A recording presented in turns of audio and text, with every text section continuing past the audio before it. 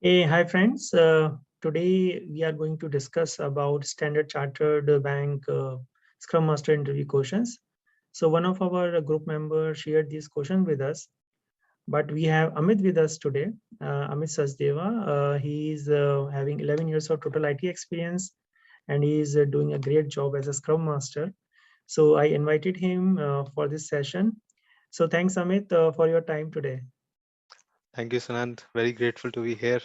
Looking Okay. forward to this discussion. Okay. So if you can just take a little time and explain about yourself, your little bit. Sure. So, like you already mentioned, it's been 11 years in IT field now. Through and through, it's all in the telecom side. Learned and got certified on the Scrum Master side as well. Right now, I'm currently handling and working with the application development and maintenance team as well. And using Scrum framework on the development side and Kanban on the maintenance side. So yeah, that's about me. Okay, okay, great. Okay, so shall we start?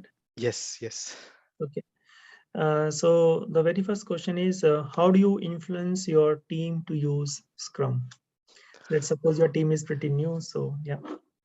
Okay. Uh, I'll give you so before we start and go on the floor to influence anyone, let's first understand what's their persona, maybe their background, maybe their influences, their biases. So let's say we have developers, testers, and BA in front of us, and we have to convince them maybe individually or as a team. If it's the developer, we as developer we think and tend to understand, like if I am developing something, I should get that feedback and excitement of my code working and live in production. So that's my bias, that as soon as the earlier the code is in production, it would be happy for it would be a sense of happiness for me to see how it's working and the kind of feedback that I get back from the customers. As a tester, if there are any bugs, if there are any issues, it would take a lot of time as a follow-up or as a just getting back to developers and then to and fro communication.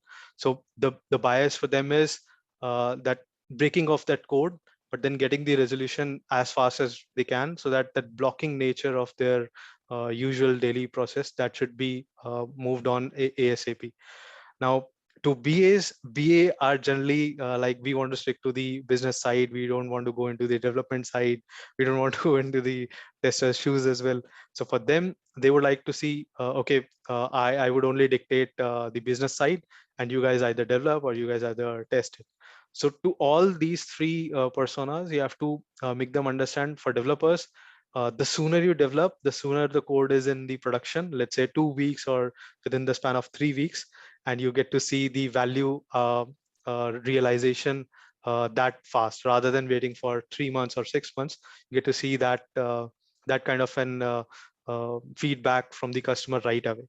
For testers, because you're going to be part of the same team with developers, also some testers have that knack of I want to develop something, maybe small code or small patches or something. I also want to understand not just the code as a black box, but also from the other side as well, what they did and why are they writing so and so code, how can I break it easily and faster. So that's the way. For BA, it might be difficult because they don't want to develop, but we can give them the last mile responsibilities, wherein yes, they tell us what the business is saying, they make us understand and everything, and we can tell them, okay, now we have developed, we have done our unit testing or integration testing, try and play around the code and see if we have done justice on the acceptance criteria. So all three personas would, I believe, they would be somehow satisfied. Now, when all of these people come together, when they are one team, which we are trying to pitch, uh, I'm trying to say, okay, be a Scrum team. Let's work together. For them to convince them or to influence them, we would have to share, like, with all of our collective efforts, we're going to try and build the product faster and better in terms of quality. We're going to have a better and a huge ROI, return on investment, because the moment we deliver, it's going to be 2 weeks or 3 weeks span of time, and the moment we deliver, the customer is happy, the customer is satisfied, code, play around the portal or whatever mobile apps we're trying to build up. We are going to have more control because now we are at the end where we are going to pick the work from the whole product backlog. The risk is hugely reduced because now when we are vetting the stories, we are going to see clearly, and the criteria and everything, invest and DOD and everything is going to be in front of us, wherein we can say, okay, this particular user story, this particular requirement seems good to start with. It's not dependent on anyone else. It seems valuable from business side as well. So all those factors, and of course, like I mentioned multiple times, the customer satisfaction is improved a lot because the customer is going to be interacting directly with us rather than the whole hierarchy or the chain of command. So all in all, uh, like I said, try and influence the persona first, and then as a collective unit of the team members, I believe it should be helpful to influence to use Scrum. Okay. Okay. Great. Okay. So the next one is how will you ensure that team is following the agile processes, because you are the custodian of our processes? Yeah.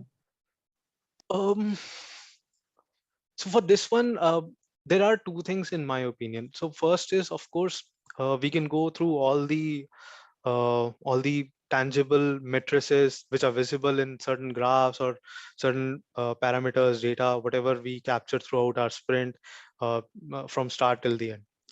Those matrices can span from velocity trend, commitment reliability, my estimation variance, the defect leakage that is happening from my development to production.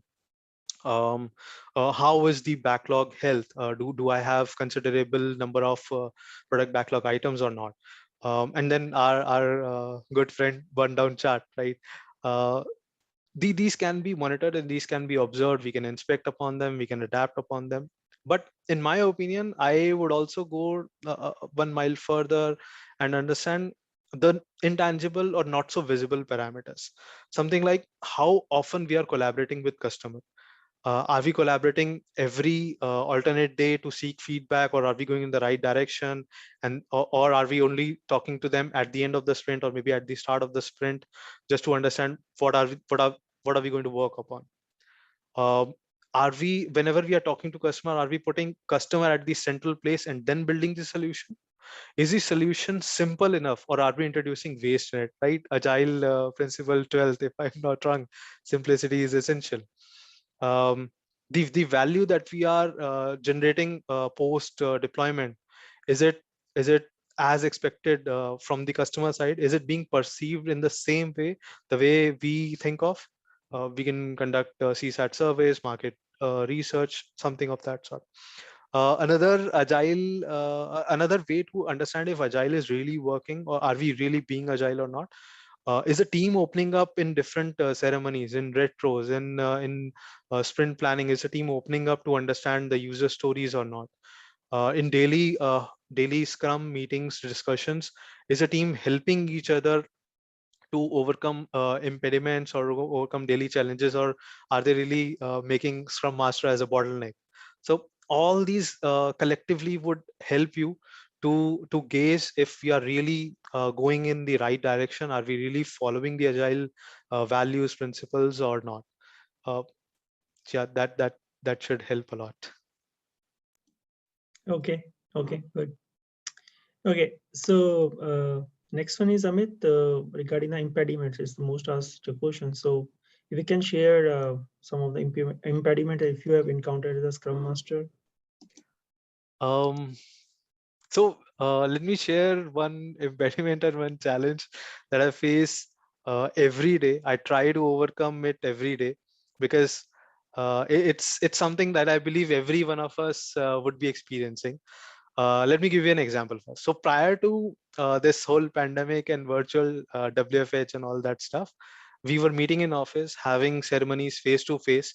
We would, of course, take written and verbal cues, but then we would also absorb the non-verbal cues as well. Is the person really comfortable with the estimates that the other people are giving in the room? Is a user story that PO is proposing, is that understood by the whole team, or as a whole unit, single unit, or not? With all this pandemic now, because we are at our home, it's a challenging situation, because now people, as we have gone back to our shells. We want to be comfortable on mute, on video off kind of a situation, and seeking responses from each one of them, which is very important in Scrum framework. It gets difficult now. That becomes a challenge and impediment for me every day, because if only one person is asking questions, or if two people are only debating and the other are just listening on mute, and I don't even know that they are able to follow the discussion, or they are just multitasking or not. So that really becomes a challenging situation, because then throughout the sprint, we get questions asked on basic understanding of the user story. Maybe someone thought that it's really a dependent user story, but they didn't thought of bringing that up in the sprint planning ceremony. What I try to do is, first thing that I do is, uh, we don't talk about work in my day-to-day discussions with the team, or when I'm connecting with the individual. We try and connect at a personal level. What are their hobbies? What are their interests? Are they really comfortable with the new members, because of the huge attrition rate and everything? Because I would have seen, or I would have worked with someone prior to this pandemic, but many other team members are new. I have not even seen or worked with them, so it becomes challenging in that sort. Now, the way I handle, like I indicated earlier, I try and connect with them at personal level, individually, and at team level as well. It's not a 1 day or 2 day solution, being very honest with you. I've been trying this from day one, and we have started to see results after 6 months, 8 months, or sometimes with some people who are really laid back, introvert nature, after 1 year as well. Now they are opening up. They want to stay as unmuted people over throughout the call, and maybe on video as well sometimes throughout the session. So it's a welcoming change. And people are also trying to appreciate the smiling, and sometimes they are trying to give non-verbal cues as well, like, oh, what they spoke about, something like that. So all those things are now getting more easy to identify or connect with, because of that small thing that we are doing every day or every week, so that we connect more as team members, and then move into our ceremonies and all that stuff. So yeah, that's one long standing impediment that I've been experiencing. Okay, okay, good. Okay, and how do you manage the resistance from a person if they are new to Scrum? So if you have encountered that kind of scenarios in the past. Sure. So uh, I believe for understanding the resistance in any person, we would have to use two types of skills, specifically speaking. Okay, first is listening skills. So I if I have to resolve that resistance situation, I have to first understand what is it all about. Because if I understand the real reason behind it, it would be easier for both of us, for me to help him or her, or that person to come down, or find a midway kind of a solution, and then resolve it further.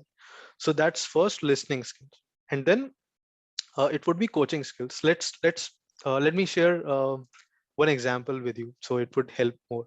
So there was a person who joined our team from a fixed bid fixed price kind of a project. It was his first time while he was working in Agile, and he was really amazed that during the sprint planning, that we were asking the whole team about the estimation. Because in the fixed price, it would generally be an architect or a technical expert would give the estimate, and then we would follow that estimate through and through. So he was very resistant, like, why am I giving the estimate? Why this particular person who's the architect, and who knows the functionality more end to end, what needs to be developed, he would be in a better position to give the estimate. We discussed, like, yes, to this point he's correct, but he was confusing estimates with committed timelines. We were not asking for timelines from this person. We were asking for estimates. And we also discussed that these are relative estimation. So we are trying to go nearer to the accurate time that that would require or that might be taken to complete or to develop end to end this whole user story. We are not going to put you on spot like you said 5 hours or 10 story point, but this is going too huge or too less than that. So he understood the point. uh, we even discussed that with the whole team. We showed them previous few earlier examples of the user stories. He understood the whole concept, and we went back to our sprint planning. And eventually, after 2 or 3 sprints, he got hang of it. Let me give you another example. It would help to understand the other extreme. Now, this was a person who was new to Agile and Scrum. There was another situation wherein a high-ranking management person, he was. Now, let me first give you the context. So, this person is a 15 years experienced person. He has worked through and through in traditional SDLC waterfall, and he's comfortable. He knows all the stakeholders. He loves to have control over each team member, each deliverable, quality, and everything, estimation as well. We were trying to convince him for a new account which was coming into our organization, like uh, if we can use Scrum as a framework in there. He was very resistant and like, why are we doing, let's do with waterfall, we have too much of buffer, we can have a lot of control, we have the authority, we don't need a servant leader in that aspect. So it was a very challenging situation. The way we tried to turn that around was, we tried to convince him that he is the person who's going to bring in the projects. He is the person who's going to interact with customer. So he's going to be first person who's going to hear back if the value that we delivered after 3 months, in case of waterfall, if that value was really received or realized on the customer end or not, or it was just our perception that we have delivered and we have delivered a good quality product and it's all good.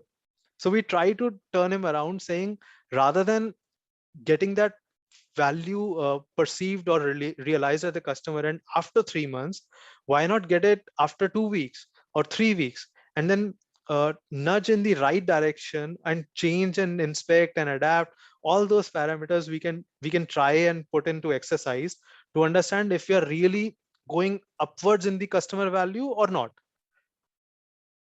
We also try to give him another reason from the end goal perspective, wherein we try to convince him, saying, if the value that we are trying to deliver is going to the right direction, we might end up getting an extension to the projects.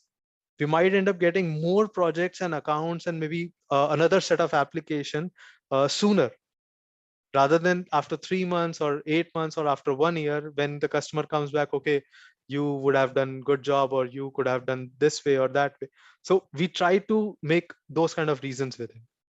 So it depends how you understand, listen to the whole argument of that resistance, and how you coach the other person. So it really helps in that way. Great. I really love your detailed answer with the way you have explained. Thanks, Amit. Okay, so how you or a team should deal with the additional user stories during the sprint? Let's say Pio will come and he's just going to give you some additional user stories during your running sprint. So what we can do about it? um, so being agile is always a challenge, wherein PO, customer, stakeholders, even sometimes my organization's management is going to come back. Okay, this particular user story is very important. We need to pick up pace, and we need to pick up this user story in this sprint itself. So it happens. Ideally, it should not, but yeah, real situation does hit.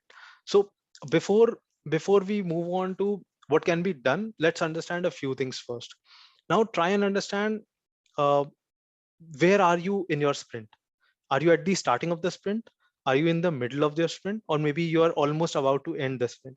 Because based on where you are at your sprint, your response, the way you react, negotiate, it would change, right? Now try and understand the maturity level of the user story which are incoming.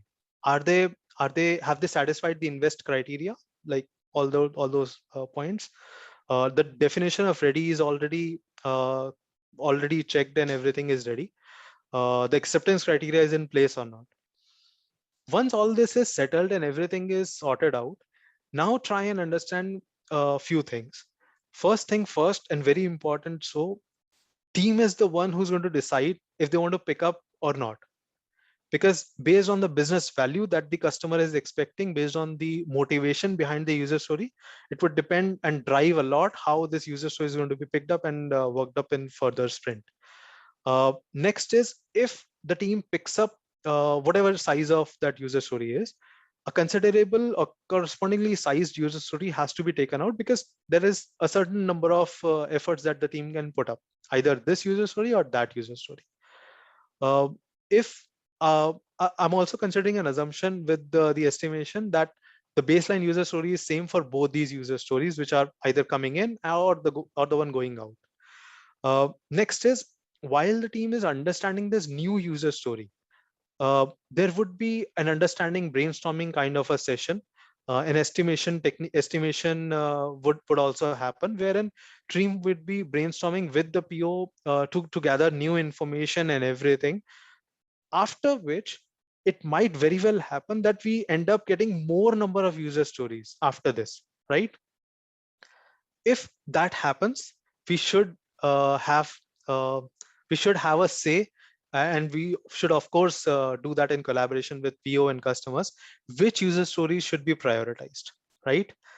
And each new new user story that we are coming in, it should come as a new user story, not as an increased scope for the existing user story, because if we are increasing, we are really losing the essence of the invest criteria, specifically the small and testable and valuable, that those parts, right?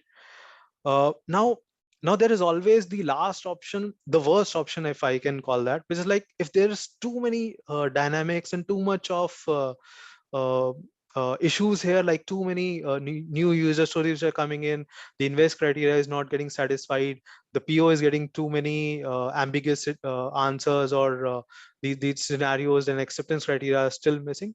There's always a time that we can say, okay, PO can take a few days. Maybe you can say, okay, let's pick one or two prioritize user story. Meanwhile, the PO can take some time, go back to customers for the remaining user stories. And still, if the situation is not that up to that mark, wherein we have too many user stories to work in, we can of course go and abandon this particular sprint, and then say, okay, let's start a new sprint, and we'll work on all these new scoped, the high priority user story to work through. So all these factors would determine how we take up that new scope and new user stories for our sprint. Great. Thanks, Amit, for that. Okay. And how you're going to calculate the velocity in the initial phase of the project when project is just about started? By the time I heard your question, I was like, how do you calculate the velocity? Oh, this is an easy question. So the first thought that comes to the mind when I hear like, how do I calculate the velocity in initial phase of the projects? The thought is, let's not do it, because any number that I throw out, it's going to come back and bite me, right? So the first is, try not to do it. Convince the management somehow. Uh, let's wait for 6 weeks. Let 3 sprints happen. We would have a good understanding of how the user stories are going, how the teams are performing, how are they bonding, because they need to bond as well to a certain momentum, and then we'll be able to work. Many factors, right? If, and I can understand management perspective as well, if they do not budge in and say, no, we really need the velocity from costing, budgeting perspective, then we can try and throw out an arbitrary number, maybe try and guesstimate from that perspective. And it won't be just a random number. It should be a diligently calculated number. So let hear me out. So what I'm trying to say is, if you give a number high enough, it's a direct pressure on the team, wherein they have to where they have to stand and say, okay, we have to deliver 60 story points within this sprint because we have committed, and the management is really looking forward. It's a pressure situation. They'll burn out. Maybe next sprint they might do 30 or 25. It's a downward graph, and too many questions for me. If I give a low enough number, the management is going to come back to us and saying, why are we playing safe? Why aren't we delivering enough value to the customer? So it's a difficult situation on both the sides. In that case, try and give maybe a range of number. So maybe we can deliver between 25 and 35, right? In the next sprint, try and see if we can sustain that number or we can improve upon that.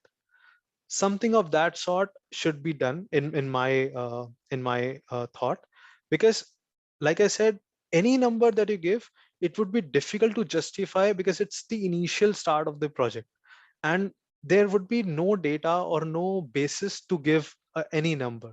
So guesstimation would be my way of going about it. And of course, like I said, I would prefer to convince management to stay for some time and see how the teams perform, how they work, how the user stories are coming in, because at the start of the project it would very well happen that we won't even have good user stories, or invest criteria is really satisfied or not. Maybe user stories are too much dependent on each other. So the backlog health would be a priority, and then delivering value each sprint is going to be challenge altogether for the team itself. So that would be a way to go about it. Okay. Okay. Okay. So next one is more on DOR, DOD, and acceptance criteria. So would you like to take time and tell us the difference between all these three? So let's get the basics first. Okay, so DOR is the definition of ready. DOD is the definition of done. DOR is something which PO would be following religiously to ensure that the user stories and everything satisfies and all the things are in place. On the other hand, DOT is something that the team members will be following to ensure that whatever they are delivering, it matches certain benchmark of quality, and things are in place before we raise our hand saying everything is done and we can now do a review with the customer. Both of them would help the team eventually in the longer run to minimize defects and maximize efficiency, quality, and and because we are going to follow a benchmark in both the sense, we're going to deliver a sustainable and a consistent product, right? The third term that you use, acceptance criteria, I'll take some time to come back to it. So let's go back to definition of ready. Now, definition of ready, like I said, uh, as simple as it gets. If you are following invest criteria, it's good enough, and then we can gradually improve upon it. Invest is something like it's an acronym: independent, negotiable, valuable, estimable, sizable, testable, all those. With this criteria in place, I, as a product owner, and the team who's going to look upon it, we would know that the user stories are not dependent on each other. If they are, we should be picking up in the same sequence, in the same order. If they are small enough, it would be easy to estimate them as well. It's small enough, so testing would not be a huge of an effort. Even if it is, it would be reflected upon as part of the acceptance criteria.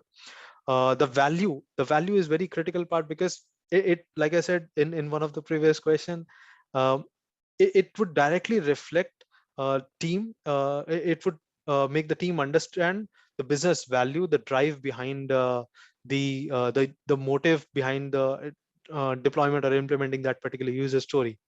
So that's all about invest. And like I said, teams can gradually improve upon it. I'll give you an example from my recent team, wherein what we have done is, for user stories which are pertaining to the front end, we have added like UI wireframes should be there mandatorily. Because if I'm picking up a new user story which is pertaining to a front end, we should have the placement of all the buttons, the drop down, the radio button, the checkbox, the action what should be taken, something like that.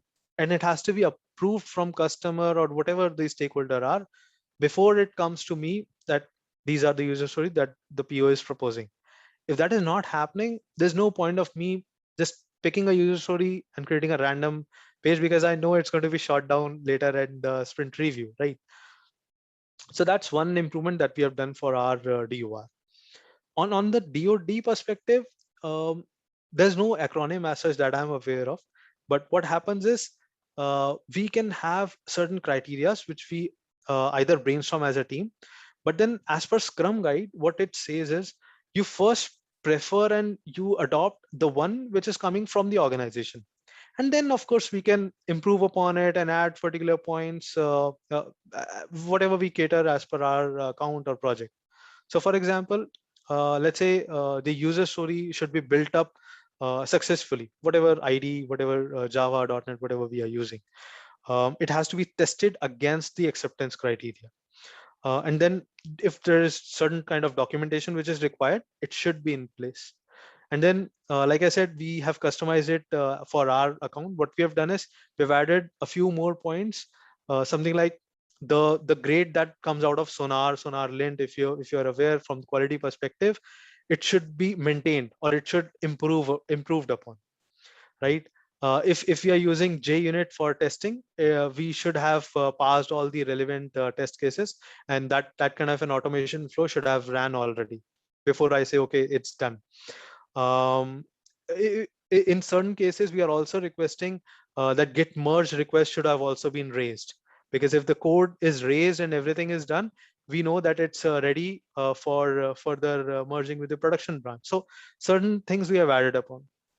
We have also tried to and monitor this list so that it doesn't go a huge lengthy list, because if it goes too big, we are just beating the purpose of it. Now, I've used the term acceptance criteria a lot. Let's understand that. So on both the sides, DOR and DOD, we have mentioned that, but primarily as part of DOR, acceptance criteria would be coming up from customers and PO would be writing it as part of the user story. Now, what it means is, as compared to DOD or DOR, which are generally applicable for all the user stories, acceptance criteria is very specific to certain user stories. So let's say there is an authorization or authentication kind of a user story, wherein we are trying to put up a functionality like a person can create an account and get authenticated from our system. In that, I should add certain validations and business rules which are specific to authentication and authorization, which is like name, email ID, age, all those kind of things are validated and checked upon before I permit anyone to log into my portal. Now, this particular acceptance criteria is going to be specific to my authorization user story, won't be applicable to, let's say, searching user story or sorting user story. Now, what happens is, while DOD and DO are very general in nature, acceptance criteria is something which would help team to understand the the the length which would take to implement and develop that whole user story. So that's why acceptance criteria is very important, and it should certainly be there. Without that, neither PO should be proposing a user story nor teams should be entertaining any user story, because neither of the parties would be able to go about it. So yeah, that's about it. Okay, thanks a lot, Amit. So friends, this is just an initial round. I think screening round. So this is just a part one of this session, and we are going to show it a part two soon, maybe next week. So definitely the next part or the second round is a little bit more tough compared to this one. So you may find some interesting question in the part two. So yeah, stay tuned with us, and thanks Amit for your time. Thank you, Sunat. Thank you so much. Thank you.